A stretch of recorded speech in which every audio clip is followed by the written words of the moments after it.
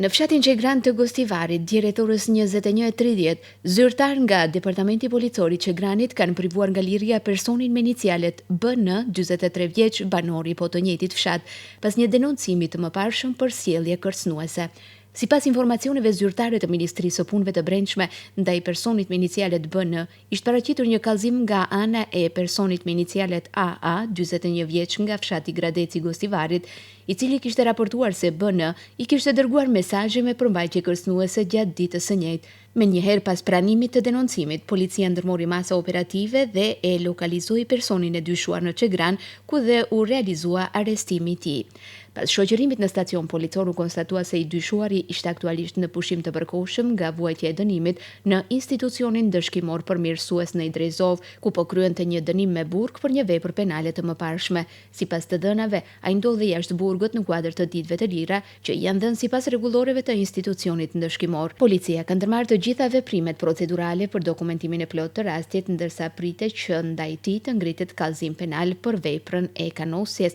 apo varësisht nga ajo që do të përcaktohet nga prokuroria kompetente. Policia e Gostivarit apelon që qytetarët të denoncojnë çdo formë të dhunës apo kërcënimeve, duke siguruar se institucionet e rendit janë të angazhuara për mbrojtjen e sigurisë publike dhe garantimin e qetësisë në shoqëri.